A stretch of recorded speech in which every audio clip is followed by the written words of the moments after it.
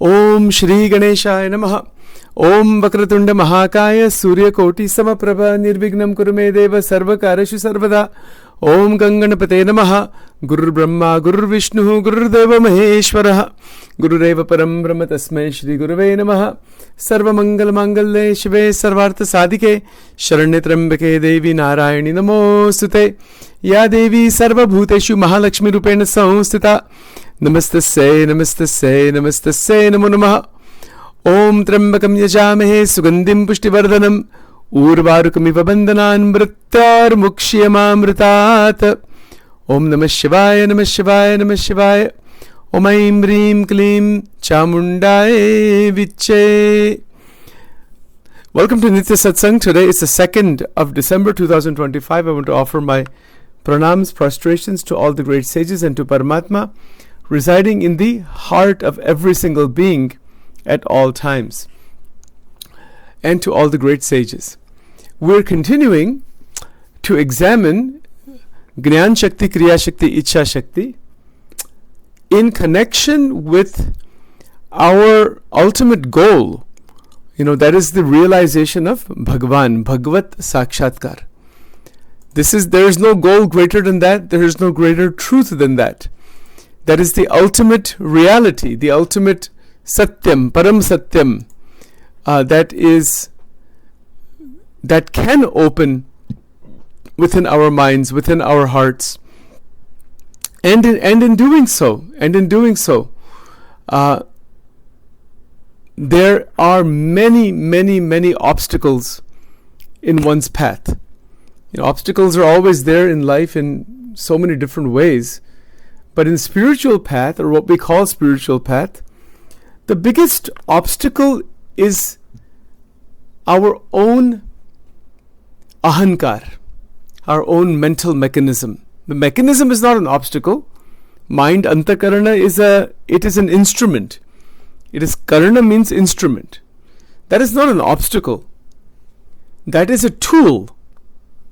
So antakarana means the internal instrument granted by Parameshwar, Paramatma, for the Jivatma to experience Prakriti, to experience the dynamics of Prakriti, to experience the manifestation of Prakriti, to experience the names and forms and their play within Prakriti. That is necessary.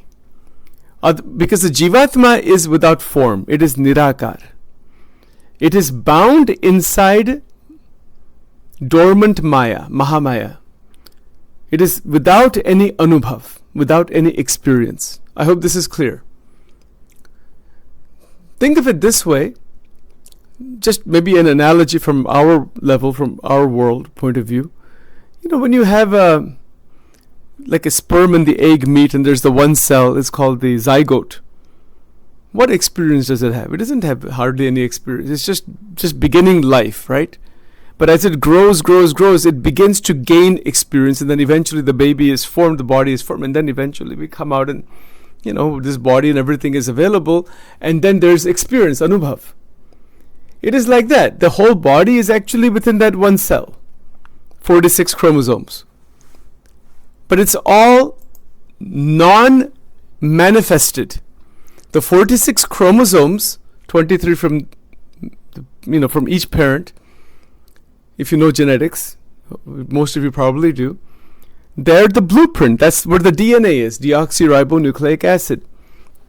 The DNA is the entire architectural blueprint for the creation of the entire body. But it is in coiled molecules, tiny, it's just so small, it is unexpressed. But once the expression begins, then the experience begins. And this is the whole point, that the expression of Maya is necessary for the Jivatma, which is Chaitanya Tattva. It is like God. It is made out of the same substance as Paramatma. It's not a physical substance. It is Chaitanyam, Sat Chit Ananda. But it is engulfed inside Mahamaya. So by grace, by extraordinary krupa, it's something which we cannot understand. Achintya, abhed, abhed, bheda bhed, as Chaitanya Mahaprabhuji says. We cannot imagine this, but that Jivatma is given this opportunity to reach Paramatma by crossing Maya. And the way that that opportunity is given is by the expression of the multitude of experiences, including the body, mind, senses. Everything is expressed for the Jivatma to gain experience. Without experience, there's just dormancy. There's no experience of any kind. So to have experience in life means that there is the extraordinary possibility of liberation. There is the extraordinary possibility of evolution through the experiences of life. The experiences of life are placed by Paramatma so we can evolve further to reach the divine abode, to reach the Bhagavad Dham, Akshar Dham, Golok Dham, Bhagwan Ka Dham. Now these are difficult points to understand, because what does anybody know as far as their life is concerned? We have our limited desires. Our world that we're living in, we have to survive, we have to do what we have to do. And each person is a victim of their own vasanas. This vasana, this word vasana means what? It is lifetime after lifetime have gone by and accumulated experiences. Those experiences that God provides for us, they become vasana. Because we think that that is the ultimate reality. Because they're immediately available. They are placed in front of us to give us experience so we can go through them and evolve out of them into the highest of realization.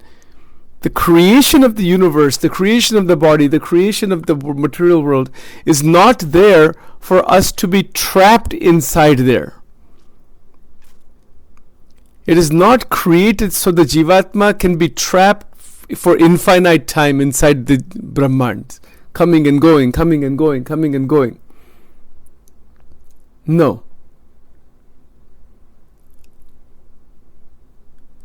So it is not that kind of a creation.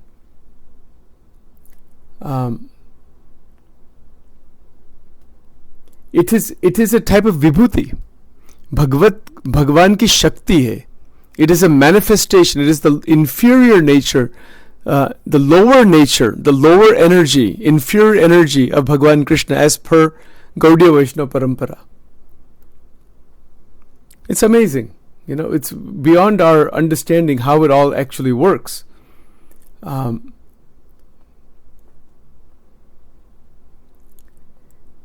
It's something where we, once we take a devotional path, that we want to increase our bhakti, increase the bhav inside, then the engulfment into Maya changes.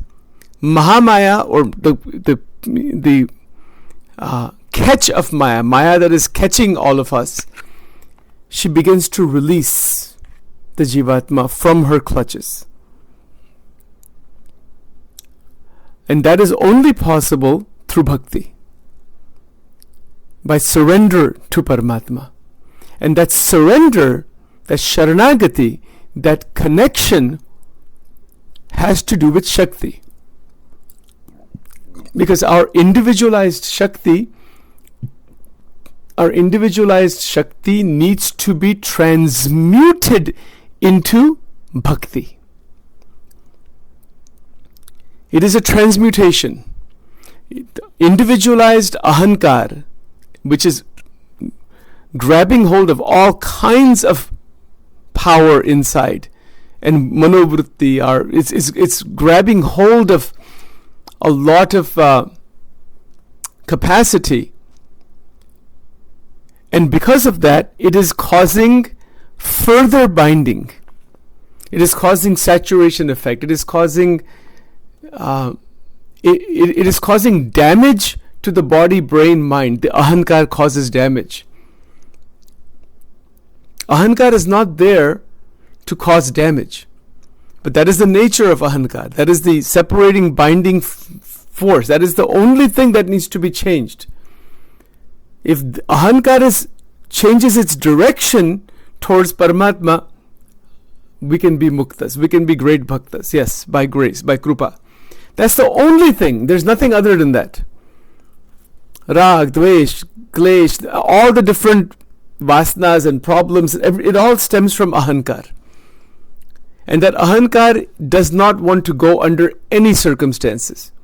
It is always trying to make itself bigger somehow. Even in spiritual path, it is doing that. In worldly path, in everything. That's why people don't realize God, and they will never realize God because of this reason. Nobody can realize God until the ahankar is completely turned over at the feet of Shriman Narayan. Bhagwan Narayan जो है, भगवान शिव है, वो तो एक ही तत्व है. When the ahankar is turned over to them, using any path, Ashtang Yog, Bhakti Yog, Jnana Yog, Mantra Yog, Tantra Yog, this Yog, that Yog, Akshar Yog, Purushottam Yog, जो भी योग करना है करो. Sankhya Yog, Mantra Yog, Jap Yog. Yog simply means to connect. Use any approach, but connect somehow. And when we decide that we want to connect with the higher, while we're using the material experiences as a process, as a mechanism, as a means, as the raw material to connect, then we won the game of life. Because all we have is the raw material of the world. We have our body, we have the scriptures, we have Guru Paramparas, and we have our buddhi, our mind, our intellect. But what else do we have? We have our family and relationships and people. This is all raw material. Think of it this way. So today's concept is this much. Utilize the raw material for highest refinement. Then we are definitely on the right track. The moment we get lost in the raw material, we get totally blindsided by it. Let's look at some examples. Just take very simple example of food items. We make 4 or 5 dishes and put them in a nice thali, in a nice plate. That's a raw material. And then the likes, just like I like this, I don't like this, this is this. Something has more salt, something has more this. Likes, dislikes, like this goes on. And so our happiness, unhappiness, chakra, rag, dvesh, sukh, dukh, chalta, just in a plate of food, for example. But how can we use that raw material for God realization? Well, first of all, we need to see what's actually happening, that there is a sukh.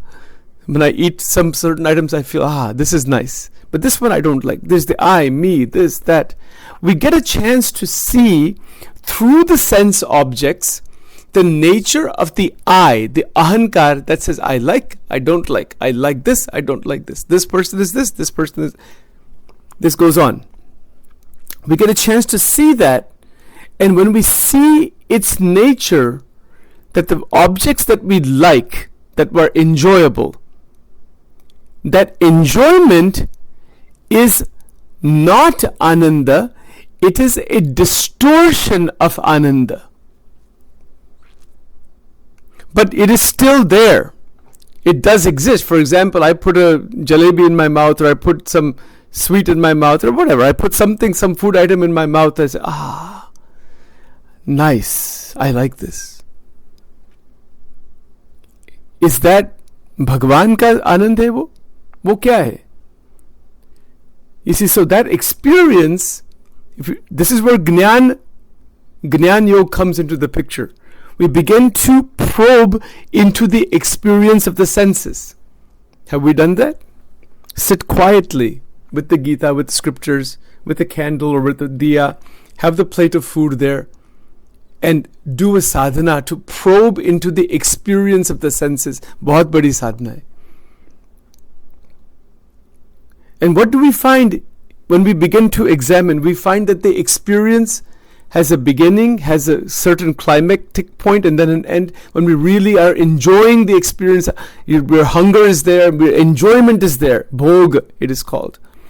The plate of food is so wonderful, the vegetable biryani with the certain sauce and certain this masala and that masala and this medium spicy, and we order these items, right? We want them in a specific way to create the experience that we Now, what about that experience? Where does it come from? Its origin is only Paramatma. There's no other origin to anything else. It doesn't exist independent of Paramatma. But that experience, once we begin to understand its nature, we can be freed from the binding of that experience, not the relinquishing of the experience completely. This is how we move by Krupa into Jivan Mukta Sthiti. Take any item, we say this is very nice. There's no question when we have an object, a rice dish, let's say biryani dish, can that be a doorway into Paramatma? Absolutely. Have you ever thought about ordering vegetable biryani, making it home or from a restaurant? That is a doorway into God realization? It is. If that is not a doorway, then there is no doorway. Every experience in life is a doorway into Paramatma. Every experience. Whether it is a good one, bad one, negative one, positive one, likes, dislikes, this, that, somebody insults us, gives us man, apman, any experience, and every experience is a doorway into Paramatma. And there is no other doorway. All the gurus are also part of our experience. Everything is Anubhav. The question simply is, can we utilize, do we have the technology of using the experiences to open that doorway into Param Tattva? That is the great mystery of life. We don't know how to do that, and because of not knowing how to do that, that is called Agnan.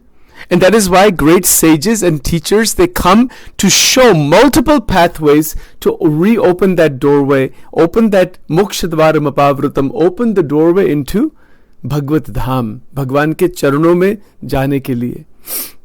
Otherwise the Jivatma is stuck inside these objects of the senses, is trapped inside running after the sukha that comes from the experience, and then damaging oneself. Because take the rice, the dish example, you enjoy it, the enjoyment is there, okay, but then says, I like it, I want even more, I want something else, I want this. We don't have the art and the science of taking just half of that dish and really getting absorbed in that experience with the smriti of Paramatma, Bhagwan ki smriti sahit. Then the right amount is eaten without denying the experience, because the experience you cannot deny. Why should you deny it? But also not running after the experience to the point of damaging Iccha, Jnana and Kriya Shaktis. Well, all three are damaged once we oversaturate the experience. So another point for today: do not oversaturate any experience. Keep it limited. That is a mystery. That is the great, not just mystery, that is a technology. It is a psychological, emotional, and it's even positive psychology technology of keeping all experiences limited. Don't oversaturate them. Then you will not want them anymore, and then that mind will start running after something else. It is damaging Gnan Shakti, Iccha Shakti, Kriya Shakti by oversaturation. For example, if I have a plate of vegetable biryani with the raita and this and that and made in a specific, okay, we enjoy, but now take the name Ram, Krishna, Narayan, we take the name, experience is there, but the experience is just a wave. It is not Ananda. It is a reflection of Ananda. And that's a big difference. It is a reflection only, because if it was Ananda, you would just have Akhanda Ananda. Ananda is unbroken, the way Vedanta teaches it.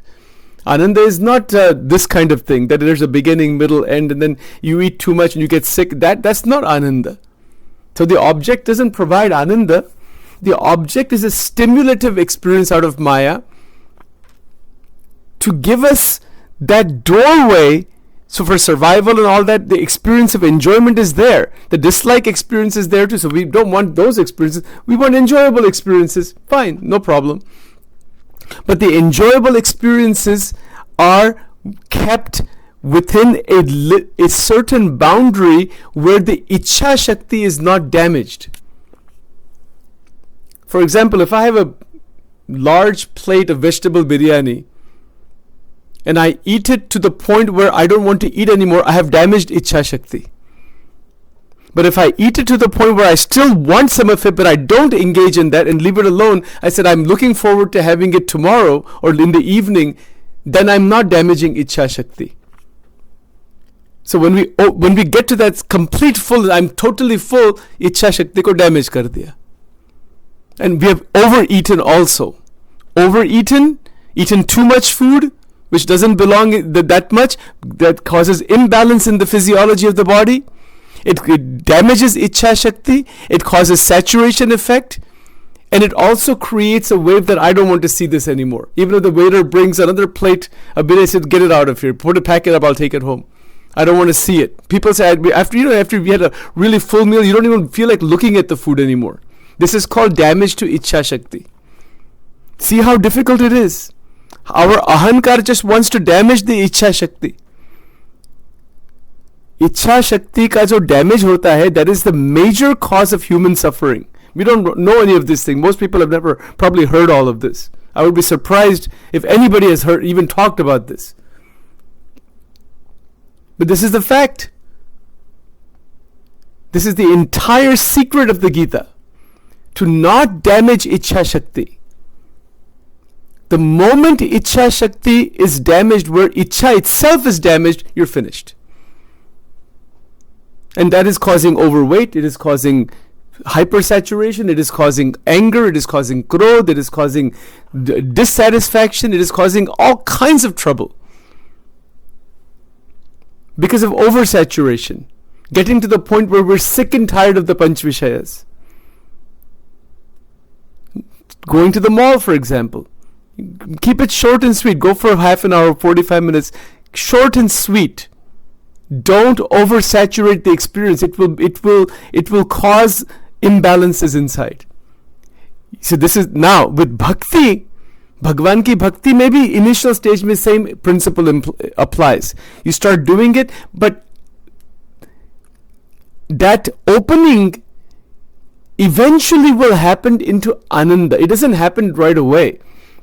Even the devotional path, satsang and everything, within a certain balanced way it has to be done. You just cannot sit with a mala 7, 8, 10 hours unless you're at that stage to do that kind of thing. It doesn't just happen. It takes time to develop that.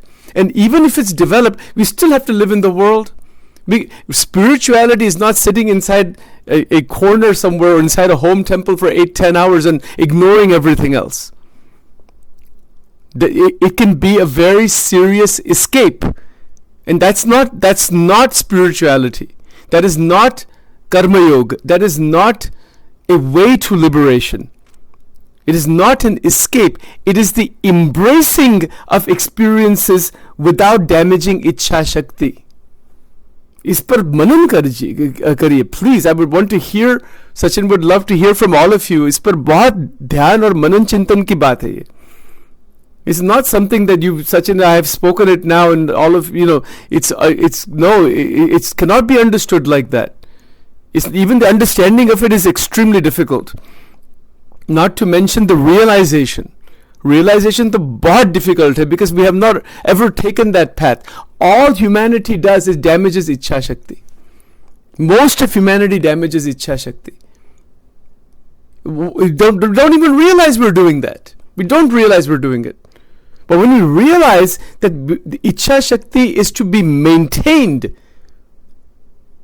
with a certain amount of satisfaction, but keeping the remainder amount active, keeping Iccha active, is a doorway into mukti. Has anybody heard that before? I would challenge anybody. I don't think anybody's probably ever heard that before. Very rarely. In Sanatana Dharma, there are teachings about this, but they are hidden teachings, and nobody wants to talk about them. Nobody knows what to do with them also. So people are just damaging their Iccha and swinging back and forth. At some time, they have damaged their Iccha Shakti so much, now they start going in some other direction. Sometimes they go to a spiritual path because of all the damage. It's swinging, it's a swinging polarity, swinging back and forth. इस पर अत्यंत ध्यान मनन चिंतन करने की बात है. ठीक भगवान शंकर, भगवान शिव जी का चरित्र, कृष्ण का चरित्र, they are masters at not damaging इच्छा शक्ति. Yes. श्री कृष्ण का जो चरित्र है, 100% you will find in his life, he's doing all actions. He's the great enjoyer. He's the great highest level of enjoyment is there in every dimension of life.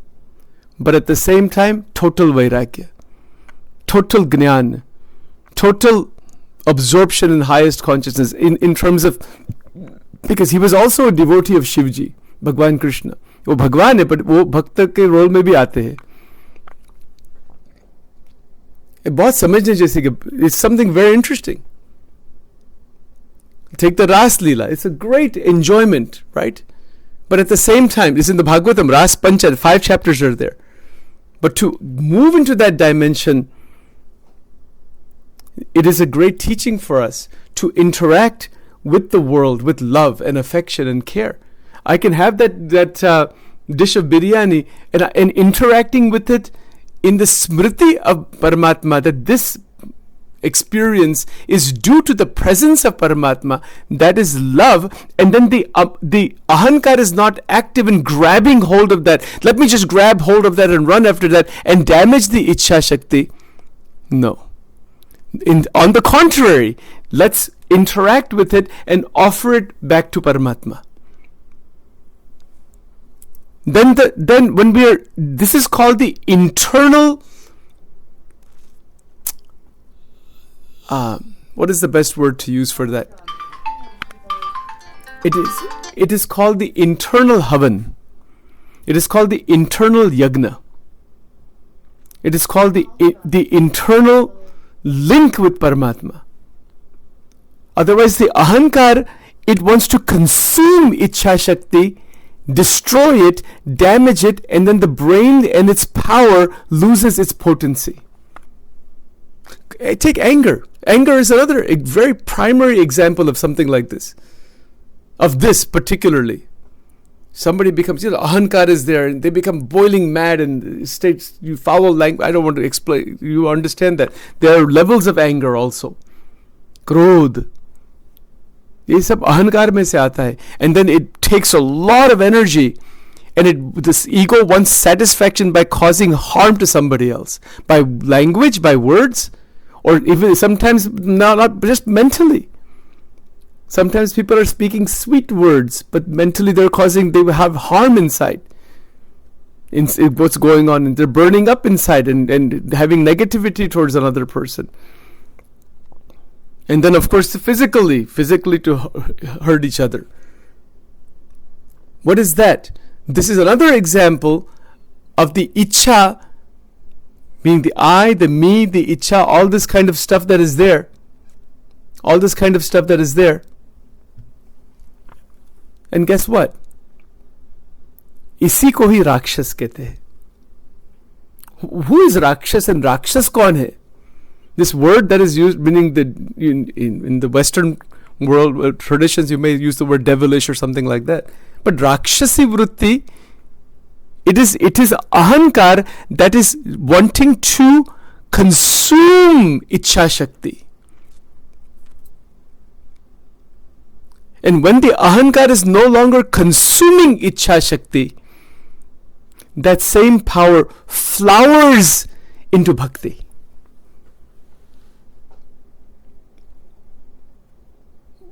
अद्भुत बात है, amazing बात है. Anybody who understands this even clearly understands. Sachin की बहुत प्रार्थना है. Only प्रार्थना is there. That's all we can do. Please get these points absolutely crystal clear. First, understand them clearly. There should not be the slightest distortion. Even if there is a slightest distortion, one cannot realize this. It has to be understood absolutely clearly. Ask 100 questions if you want, but get it clear, and then from that clarity bring the reality through prarthana, through Bhagavad Krupa. Then then it will actually shine that yes, my God, I'm able to live in my life without any energy damage, without damaging my desires.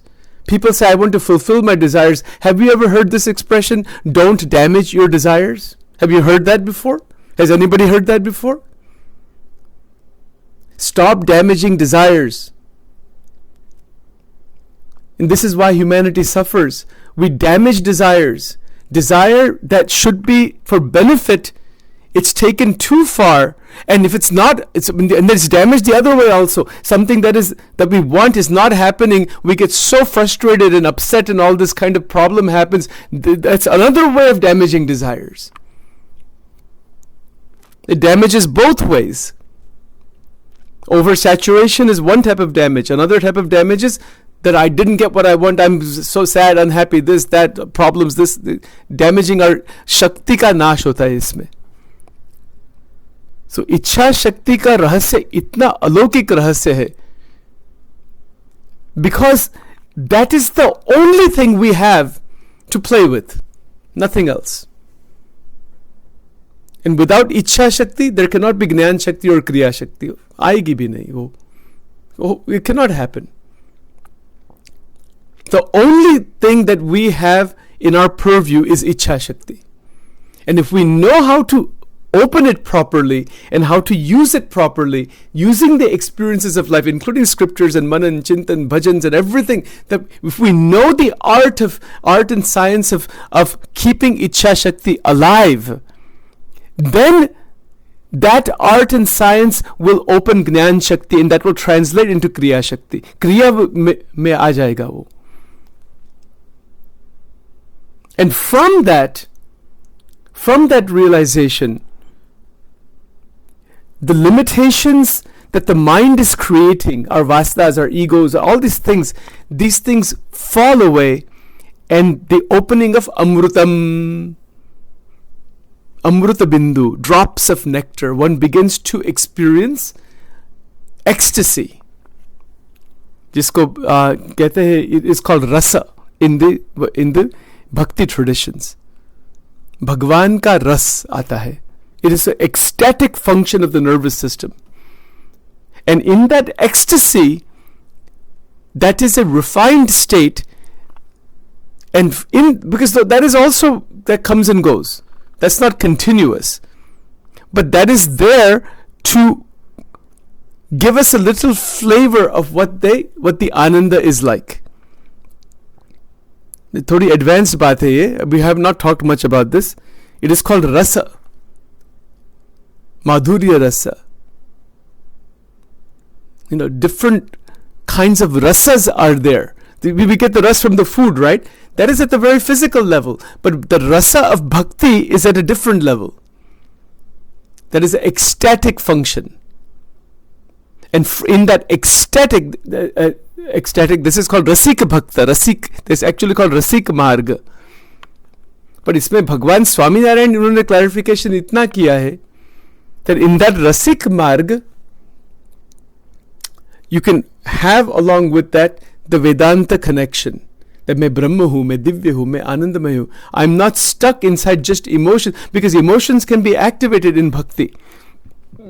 But if you don't have ब्रह्म विद्या, कि मैं आत्मा हूँ, मैं ब्रह्म हूँ, मैं दिव्य हूँ, I'm different from the Panchakoshas. I know it's a little technical. Once you combine these two together, then there is 100% success in Jivan Mukta Sthiti and in Prema Bhakti. Otherwise, the rasa, the enjoyments in bhakti, they will stop and one will get flipped inside the objects of the senses. One will get drowned inside there. It will have a reaction. Because in the sadhana time for bhakti will increase our emotions a lot. And then because we are experiencing the rasa, but that rasa needs to be managed in a way that it is drooping very nicely, beautifully, drop at a time. Not just a big explosion of the bahut anand mil gaya bhajan kirtan mein, and then 1 or 2 hours later one's mind flips out of that and drowns into rag, dvesh, aham, mamatva, klesh. That is a serious problem in the rasik path. A lot of people have that problem even today. And they cannot get out of it, and they're swinging back and forth. Isiliye Vairagya, Gnan, this is necessary. Manan Chintan is necessary. Understanding is necessary. People say, why do we need to read scriptures and all that? If you're swinging back and forth like this, you have to read scriptures, have to listen to gurus and teachers and do a lot of introspections. All of this is necessary. I've heard people say, ye kya sab shastro ki baat, it's all too abstract. It's not abstract.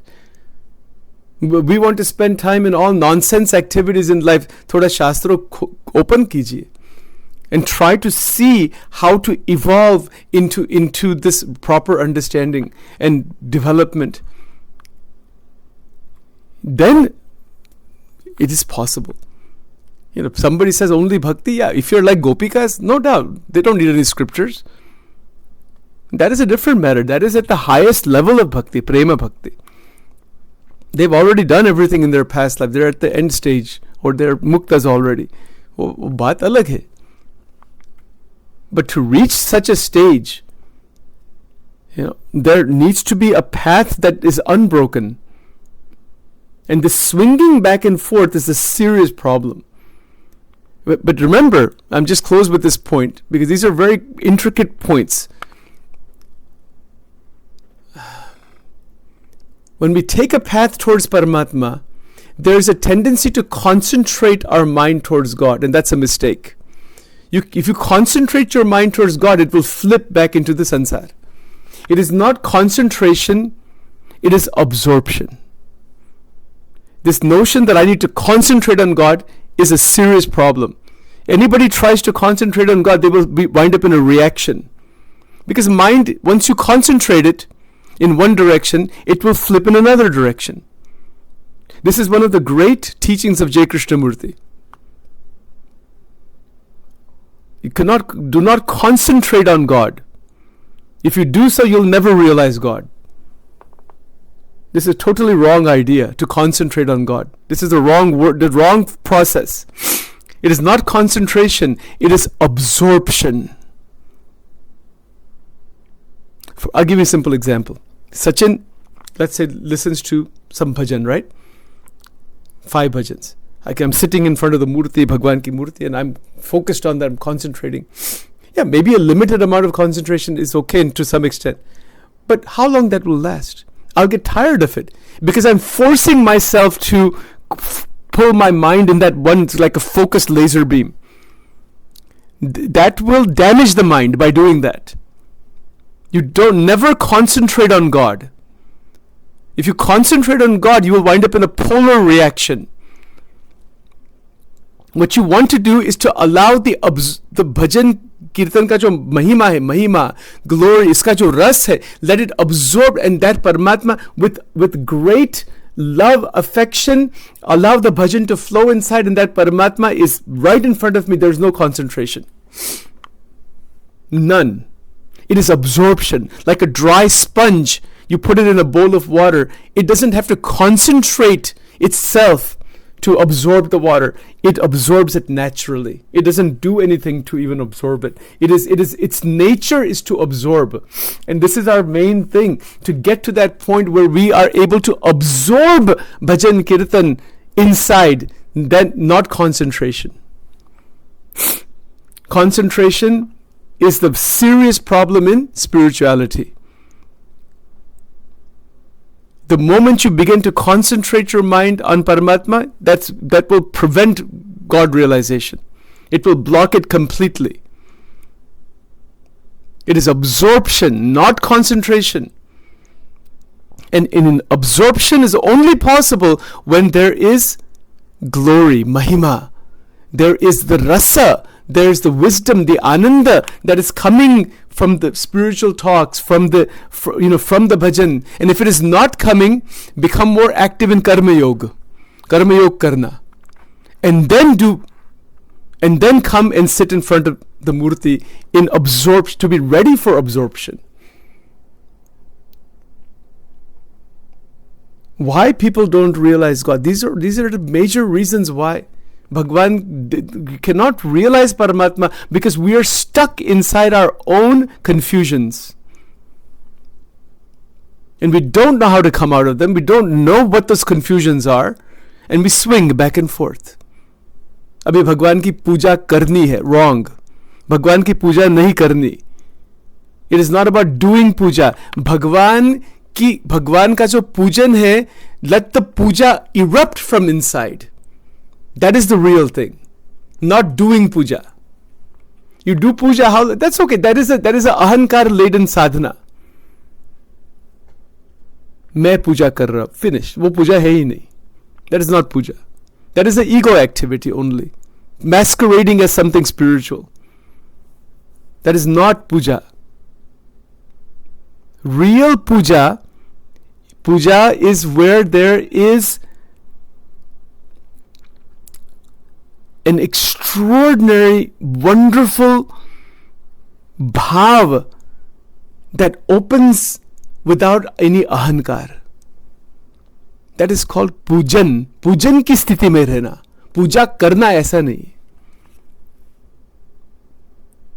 Otherwise one winds up in ego-driven sadhana. We don't realize it. I want to do so many jap. Even we may not use the word I. We say itne jap ke. Do it. No doubt there's benefit in keeping count and all that thing. But there cannot be any me that is doing this. It is happening by itself. It is happening by krupa only. That manovritti is coming to do, we use the language to do puja and all. But it is a state of being inside puja. Ramakrishna Paramahansa never did puja. He is living inside bhakti. And bhakti is living inside of him. He's not doing bhakti. That's why he's a Paramahansa. Let's stop here for now. It's already 9:15. I lost track of time. Om Vakratunda Mahakaya Suryakoti Samaprabha Nirvignam Kurume Deva Sarvakarishu Sarvadam Ganganapate Namaha Guru Brahma Guru Vishnu Guru Deva Maheshwaraha Guru Deva Param Brahma Tasmai Shri Guruve Namaha Sarva Mangala Mangalle Shive Sarvartha Sadhike Sharanyatrambake Devi Narayani Namostute Om Namo Narayanaya Om Aim Rim Klim Chamundaya Viche Om Shri Radha Krishna Arpanamastu Om Hrim Swaha.